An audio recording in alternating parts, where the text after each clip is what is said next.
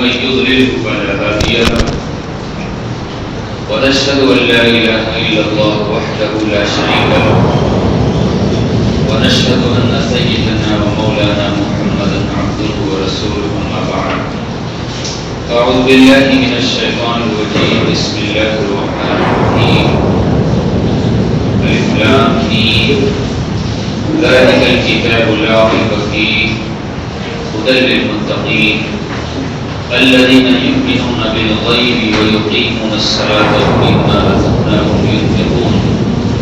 والذين يؤمنون بما أنزل إليك وما أنزل من قبلك وبالآخرة هم يوقنون أولئك على هدى من ربهم وأولئك هم المفلحون. وقال تعالى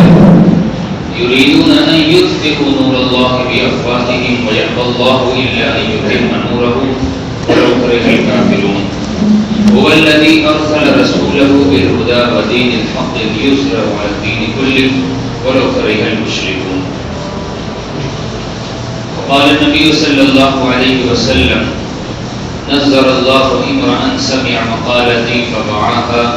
ثم أبدعها كما سمعها فرب مبلغ أو عام سامع أو كما قال عليه الصلاة والسلام. میرے محترم بزرگوں، دینی اور ایمانی بھائیوں، اللہ رب العزت نے اپنے کلام پاک میں اپنی کتاب کی حقانیت کو واضح طور پر بیان فرمایا،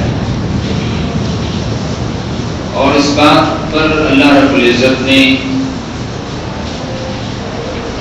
ایمان کا مدار رکھا ہے، کیونکہ ایمان نام ہے ان اصولوں پر یقین کرنے کا جو اصول اللہ کے رسول صلی اللہ علیہ وسلم اللہ کی جانب سے لے کر کے آئے ہیں۔ ان اصولوں میں سے اگر کسی اصول پر ہمارا یقین کمزور ہے یا ہم اس سلسلے میں شکوک و شبہات میں مبتلا ہیں تو گویا کہ ایمان ہمارے سینے میں نہیں۔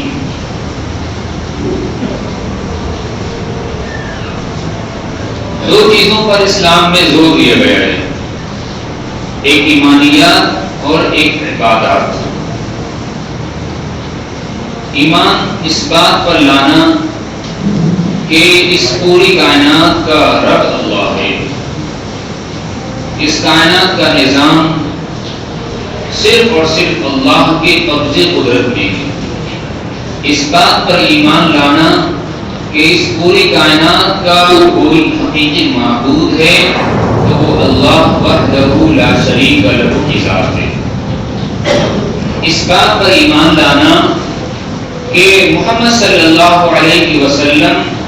اللہ کے آخری سچے پکے رسول ہیں، اور اس بات پر ایمان لانا کہ اللہ کے رسول صلی اللہ علیہ وسلم جو کتاب اللہ کی جانب سے لے کر کے آئی ہیں وہ کتاب سچی اور پکی کتاب ہے۔ اسی کو اللہ نے فرمایا ذَلِكَ الْكِتَابُ لَا رَيْبَ فِيهِ، سورہ بقرہ کی پہلی آیت میں اللہ نے فرمایا الف لام میم ذَلِكَ الْكِتَابُ لَا رَيْبَ فِيهِ هُدًى لِلْمُتَّقِينَ۔ الف لام میم یہ وہ کتاب ہے جس میں شکوک و شبہات کی کوئی گنجائش نہیں، یعنی اس پوری کتاب کے بارے میں اللہ کی طرف سے یہ دعویٰ ہے۔ جس کتاب کا آغاز الحمدللہ رب العالمین سے ہوتا ہے اور جس کتاب کا اختتام سورہ ناس پہ ہوتا ہے، اس کے درمیان جتنی 6666 آیتیں اور 114 صورتیں ہیں، ان پوری آیات کے بارے میں اور ان پوری صورتوں کے بارے میں اللہ کی طرف سے یہ اعلان ہو گیا ہے ذَلِكَ الْكِتَابُ لَا رَيْبَ فِيهِ، یہ وہ کتاب ہے جس میں شکوک و شبہات کی کوئی گنجائش نہیں۔ آگے اللہ نے ایمان والوں کے اوصاف بیان فرمائے کہ اگر ان کے اندر یہ اوصاف ہیں تو وہ ایمان والا ہے، اگر ان کے اندر یہ اوصاف نہیں تو وہ اپنے دعوے کے باوجود کفر پر ہے۔ الف لام میم ذالک الکتاب لا ریب فیہ ھدی للمتقین، یہ وہ کتاب ہے جو اللہ سے، اللہ کی پکڑ سے، اس کی گرفت سے بچنا چاہتے ہیں، اس کے لیے کتاب ہدایت نامہ ہے۔ جو دنیا میں اللہ کے عذاب سے، اللہ کی جانب سے آنے والی پکڑ سے، اللہ کی گرفت سے اور آخرت کی ناکامیابی سے بچنا چاہتے ہیں، اس کے لیے یہ کتاب کتاب ہدایت ہے۔ ذالک الکتاب لا ریب فیہ ھدی للمتقین، اب وہ کون لوگ ہیں جو بچنا چاہتے ہیں؟ الذین یؤمنون بالغیب، وہ لوگ ہیں جو غیب پر ایمان لاتے ہیں، جو بن دیکھے اللہ کا اقرار کرتے ہیں، جو بن دیکھے اللہ کو اپنا رب، اپنا معبود، اپنا الہ تسلیم کرتے ہیں۔ الذین یؤمنون بالغیب، وہ لوگ ہیں جنہوں نے نبی کو دیکھا نہیں لیکن نبی کی ذات پر ایمان لانے والے، وہ لوگ ہیں جنہوں نے قرآن کریم کو اترتا ہوا آسمان سے دیکھا نہیں لیکن وہ اللہ کے رسول کی لائی ہوئی کتاب پر آپ کے بھروسے پر یقین کرنے والے۔ الذین یؤمنون بالغیب، جو غیب پر ایمان لانے والے۔ اللہ کی مخلوق بے شمار ہے، ان بے شمار مخلوق میں سے ایک مخلوق فرشتہ ہے جس کو اللہ نے نور سے پیدا کیا ہے، اس پر ایمان لانا۔ جو نگاہوں سے اوجھل ہے، جو ہمیں دکھائی نہیں دیتی ہے، اس مخلوق پر ایمان لانا۔ ایمان مفصل میں پوری تفصیل بیان کی گئی۔ آمنت باللہ وملائکتہ وکتبہ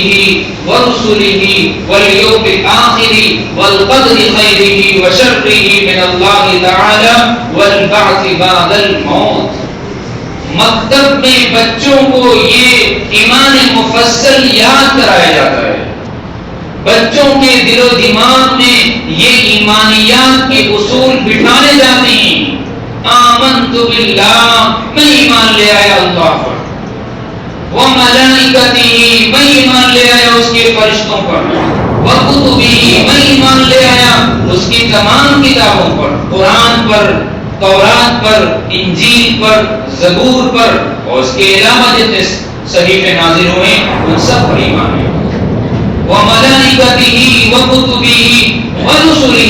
ان کے تمام رسولوں پر ہمارا ایمان ہے کہ حضرت آدم علیہ السلام سے لے کر جناب محمد رسول اللہ صلی اللہ علیہ وسلم تک جتنے بھی انبیاء علیہ السلام آئے ہیں وہ سب کے سب اللہ کے برگزیدہ بندے اور اللہ کے پیغامبر تھے، وہ اللہ کا پیغام اللہ کے بندوں کو پہنچانے آئے تھے۔ وَكُتُبِهِ وَرُسُلِهِ وَالْيَوْمِ الْآخِرِ، اور میں ایمان لایا قیامت کے دن پر، اس آخری دن پر جس دن اللہ تعالی پوری دنیا کا فیصلہ فرمائیں گے، انسانوں کے اعمال کے فیصلے فرمائیں گے، کامیاب اور ناکام لوگوں کے فیصلے فرمائیں گے، جس دن اللہ رب العزت اچھے اور بروں کو الگ فرمائیں گے، جس دن نیکوکار اور بدکاروں کا الگ الگ امتیاز قائم کیا جائے گا، جس میں ناکام ترین لوگ اور کامیاب ترین لوگ وعدے کیے جائیں گے۔ آج تو ہر آدمی دعویٰ کرتا ہے کہ ہم کامیاب ہیں،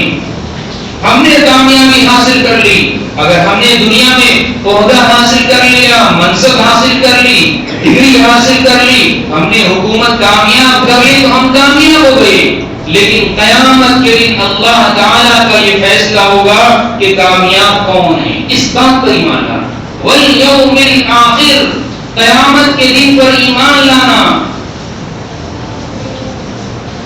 والقدر خیرہ وشرہ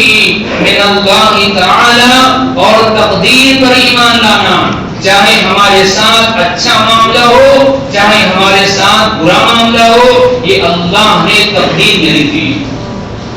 ہمارے ساتھ جو بھی معاملہ پیش آ رہا ہے یہ اللہ کی جانب سے لکھا جا چکا ہے۔ اللہ کے رسول صلی اللہ علیہ وسلم نے ایک حدیث میں بیان فرمایا کہ حضرت آدم اور حضرت موسیٰ علیہ السلام کے درمیان مناظرہ ہوا۔ موسیٰ علیہ السلام نے کہا، ارے حضرت آپ وہی آدم علیہ السلام ہیں جس کو اللہ نے جنت سے نکالا تھا نافرمانی کی وجہ سے۔ تو آدم علیہ السلام نے فرمایا، آپ وہی موسیٰ ہیں، آپ وہی موسیٰ ہیں جسے اللہ رب العزت نے اپنے کلام کے لیے قبول فرمایا تھا۔ تو حضرت آدم علیہ السلام سے موسیٰ علیہ السلام نے کہا کہ آپ کی غلطی کی وجہ سے اللہ نے آدم علیہ السلام یعنی آپ کو اور انسانی نسلوں کو دنیا میں بھیجا ہے۔ تو حضرت آدم علیہ السلام نے فرمایا کہ اے موسیٰ، تم نے وہ کتاب پڑھی ہے جو کتاب اللہ نے تم پر اتاری ہے، انجیل حضرت عیسیٰ علیہ السلام پر، تورات حضرت موسیٰ علیہ السلام پر، کیا تم نے تورات کی تلاوت کی ہے؟ موسیٰ علیہ السلام نے کہا ہاں، کیوں نہیں؟ حضرت آدم علیہ السلام نے فرمایا کیا تم نے اس میں نہیں پڑھا تھا کہ اللہ نے انسانوں کی تخلیق سے 50,000 سال پہلے اس کی تقدیر لکھ دی ہے؟ موسیٰ، تم مجھے اس تقدیر کے بارے میں، مجھے اس عمل کے بارے میں تانا دیتے ہو جو کام میری تخلیق سے 50,000 سال پہلے لکھا جا چکا ہے۔ موسیٰ، یہ تو اللہ کی طرف سے تھا۔ تورات میں یہ بات لکھا ہے وَعَصَىٰ آدَمُ رَبَّهُ فَغَوَىٰ، آدم علیہ السلام نے اللہ کی نافرمانی کی، ان سے نافرمانی ہوئی، یہ تورات میں اللہ نے لکھ دیا ہے۔ اور یہ باتیں کب طے ہوئی ہیں؟ زمین و آسمان کی تخلیق سے 50,000 سال پہلے، اس کے بعد آدم علیہ السلام پیدا ہوئے۔ تو حضرت آدم علیہ السلام نے موسیٰ علیہ السلام سے کہا کہ آپ مجھے اس فیصلے کے بارے میں اور اس عمل کے بارے میں ٹوک رہے ہیں جس کے کرنے کا فیصلہ اللہ نے 50,000 سال پہلے لکھا تھا۔ اللہ کے رسول صلی اللہ علیہ وسلم نے فرمایا کہ حضرت آدم علیہ السلام اپنی دلیل کے ذریعے سے موسیٰ علیہ السلام سے جیت گئے۔ یہ تقدیر ہے اللہ کی، یہ تقدیر کہ جو چیز ہمارے ساتھ پیش آیا ہے وہ تو آنا ہی تھا۔ جس حالات میں ہم ہیں وہ حالات ہم پر اللہ کی طرف سے ہے، یہ طے شدہ بات ہے۔ اللہ کے رسول صلی اللہ علیہ وسلم نے ایک حدیث میں ارشاد فرمایا کہ اللہ نے آدم علیہ السلام کو پیدا فرمایا اور پیدا فرمانے کے بعد اس کے داہنے کندھے پر ہاتھ پھیرا اور قیامت تک کی ساری نسلیں پیدا ہوئی۔ ایک مٹھی اللہ نے اٹھا کر کے جنت کے بارے میں فیصلہ فرمایا کہ یہ جنتی ہے، اور ایک مٹھی اٹھائی اور فرمایا کہ یہ جہنمی۔ یہ فیصلہ ہو چکا ہے، یہ تقدیر ہے، یہ تقدیر ہے۔ اللہ نے انسانوں کی تخلیق سے پہلے اس کی تقدیر لکھ دی ہے۔ جب انسان ماں کے پیٹ میں ہوتا ہے تو اللہ فارغ ہو جاتے ہیں اس کی روزی کو لکھ کر کے، اس کی موت کو لکھ کر کے، اس کے نیک بخت ہونے، اس کے بدبخت ہونے کو لکھ کر کے اللہ فارغ ہو چکے۔ تو صحابہ نے عرض کیا اللہ کے رسول پھر عمل کا کیا فائدہ؟ اللہ کے رسول صلی اللہ علیہ وسلم نے جواب میں فرمایا کہ جب اللہ کسی کو جنتی لکھتا ہے تو اسے نیک عمل کی توفیق دیتا ہے، اور جسے اللہ جہنمی لکھتا ہے تو اسے جہنمیوں والے اعمال کی توفیق دیتا ہے، وہ جہنمیوں والے اعمال کرتا ہے حتیٰ کہ خاتمہ اس کا اسی عمل کا ہوتا ہے۔ جسے اللہ نے جنتی لکھا ہے اسے جنتی اعمال کی توفیق دیتا ہے حتیٰ کہ اس کا خاتمہ جنت والے اعمال پر ہوتا ہے۔ لہذا تم عمل کرو، تمہیں نہیں معلوم کہ اللہ نے تمہارا ٹھکانہ کہاں ہے۔ میرا ایمان اور اس بات پر والقدر خیرہ وشرہ من اللہ تعالی کہ ساری چیزیں اللہ کی طرف سے، تندرستی، غربت، افلاس، ناداری، عزت، ذلت، یہ سب اللہ نے لکھ دی ہے. یہ ہمارا ایمان ہے جس پر ایمان لانے کو کہا گیا ہے.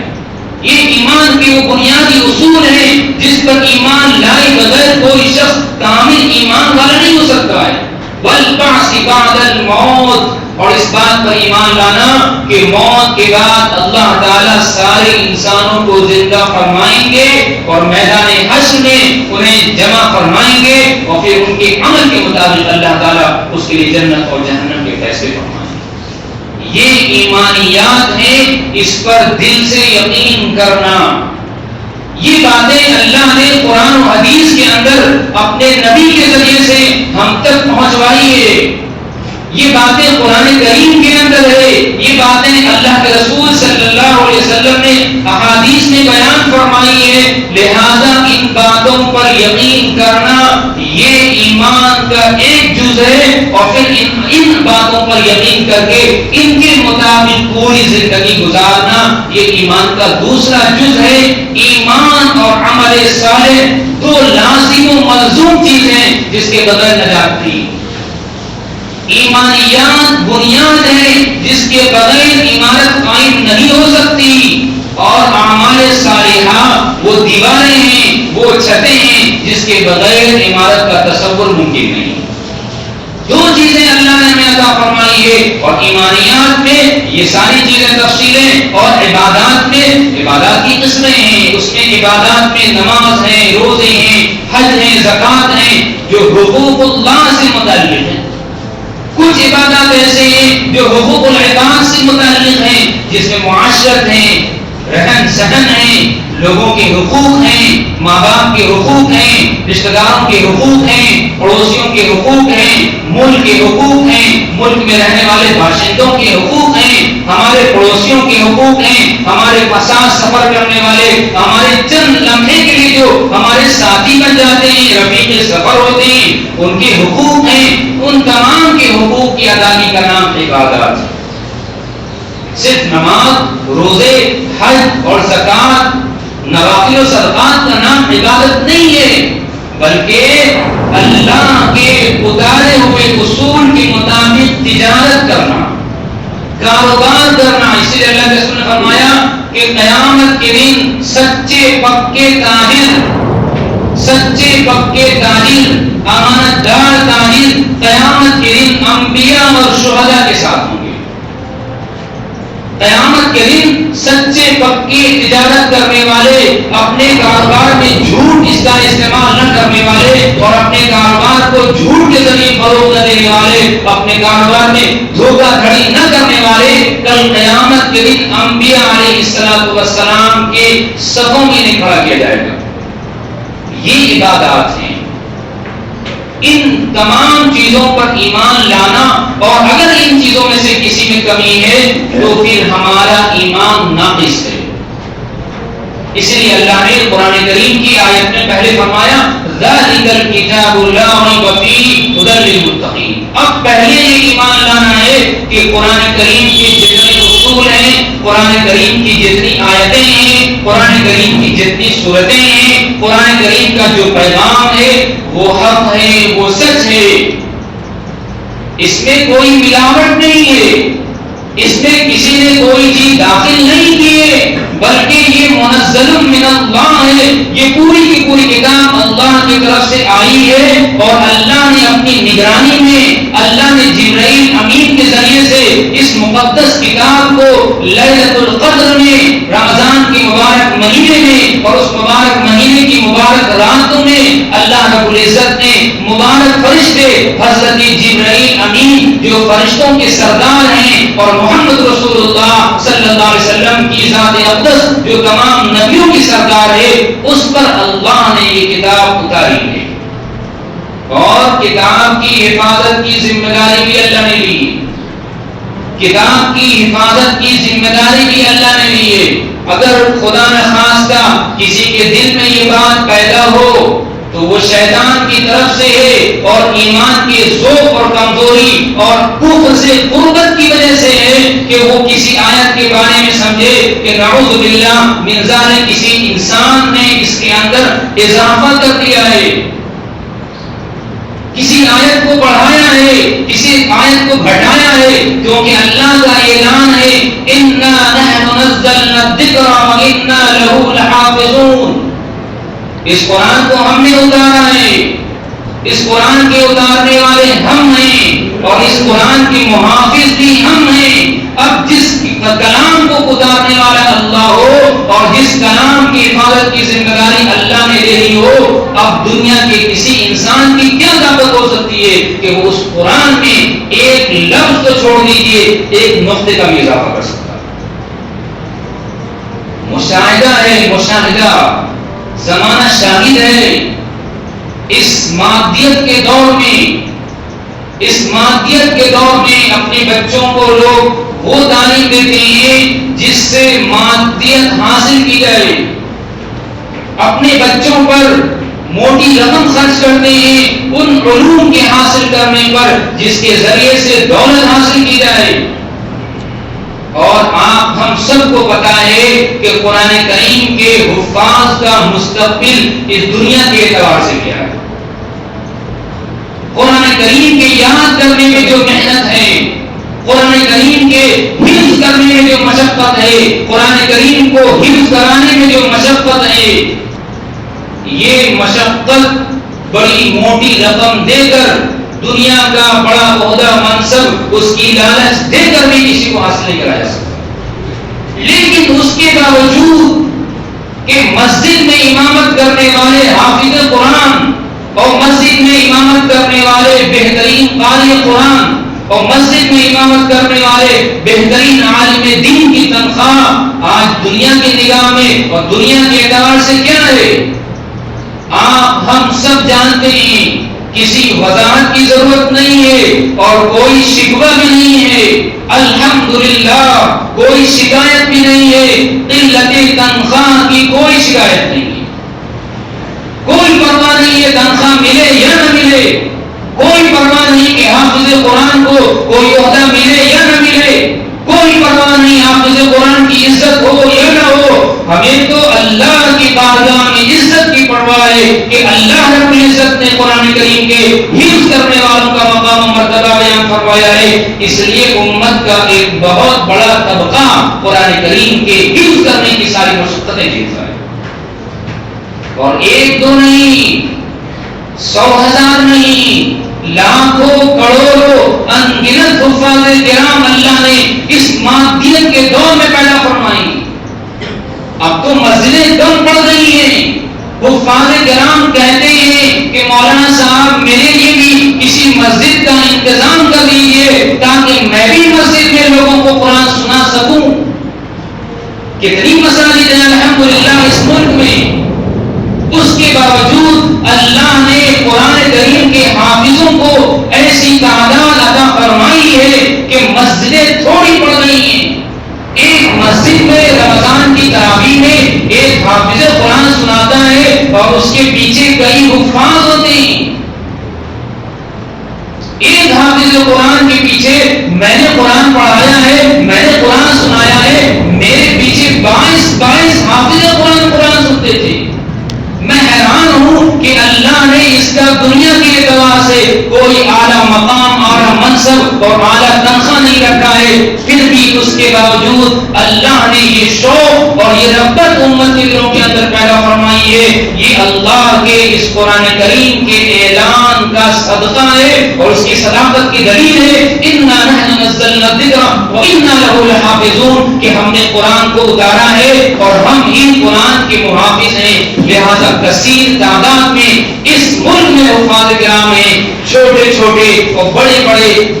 بچے بھی ہیں اور جوان بھی ہیں اور بوڑھے بھی ہیں، جنہوں نے اپنی زندگی کا مشغلہ اور جنہوں نے اپنی زندگی کا مقصد قرآن کریم کو پڑھنا، قرآن کریم کو یاد کرنا، قرآن کریم کو سنانا، قرآن کریم کو سمجھنا اور اس کی اشاعت کے لیے وقف کیا ہے۔ دنیا کے اندر اندر، اس چھوٹی سی زندگی کے اندر وہ دنیا کی مشقت کی پرواہ کیے بغیر وہ اس قرآن کریم کی عظیم نعمت پر فخر کرتے ہیں، یہ اس بات کی دلیل ہے کہ اللہ رب العزت نے حفاظت کی ذمہ داری لی ہے اور اللہ نے عملی طور پر ثابت کر دیا ہے،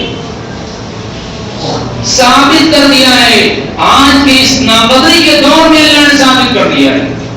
کہ خود مسلمانوں کے نزدیک حافظ قرآن کی عظمت نہیں ہے،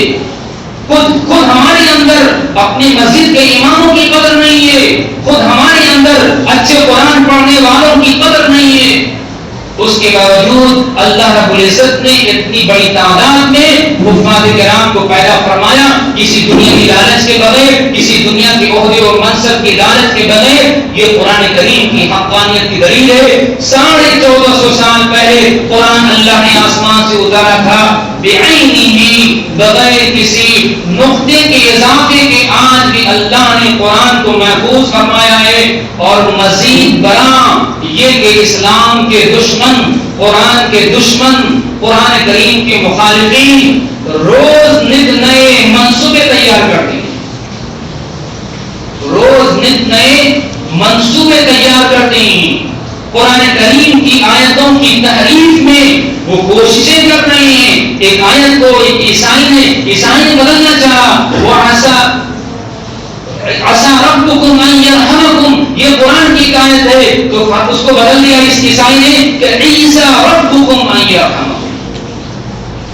یہ بدل سکتے ہیں قرآن کریم کے صحیفوں کے اندر، لیکن حفاظ قرآن کے سینے کے اندر یہ تحریف نہیں کر سکتے ہیں۔ اللہ رب العزت جو قرآن کریم کی حفاظت کا وعدہ فرما رہا ہے وہ کتاب کے ذریعے نہیں، بلکہ کتاب کے ساتھ ساتھ حفاظ کرام کے سینوں کے ذریعے،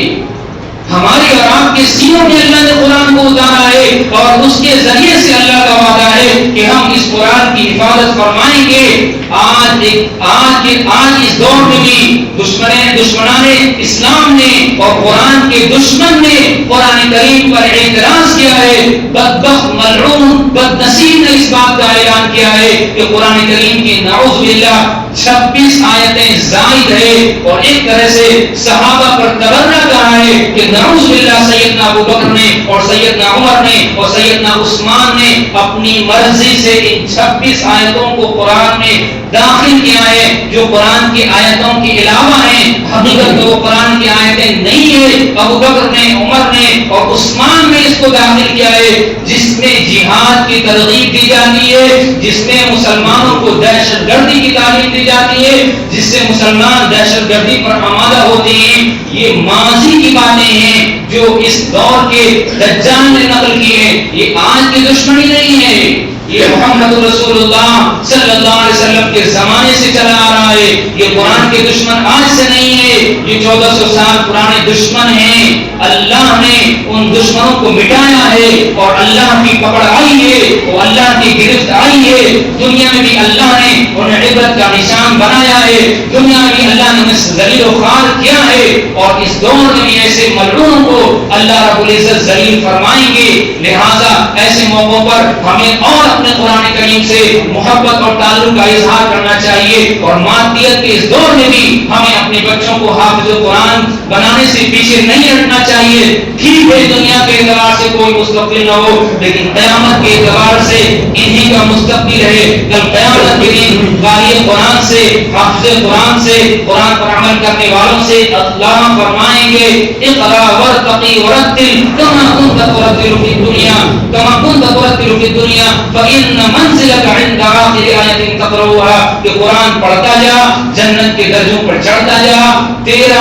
آخری ٹھکانہ وہی ہوگا جہاں قرآن کریم کی آخری آیت ہوگی، اور اسی طرح پڑھ جس طرح تو دنیا میں ٹھہر ٹھہر کر پڑھا کرتا تھا۔ تیرا منزل تو وہی ہے، تیرا ٹھکانہ وہی ہے، یعنی جنت کا وہ اعلیٰ مقام ہے جس مقام کے بارے میں اللہ رب العزت نے قرآن کریم کے اندر اور اللہ کے رسول صلی اللہ علیہ وسلم نے احادیث کے اندر بیان فرمایا ہے۔ لہذا یہ ہمارا اساس ہے، یہ ہمارے اصول ہیں، یہ ہماری بنیاد ہے، یہ ہماری روح ہے، یہ اسلام کی بقا کا ذریعہ ہے، یہ ایمان والوں کے ایمان پر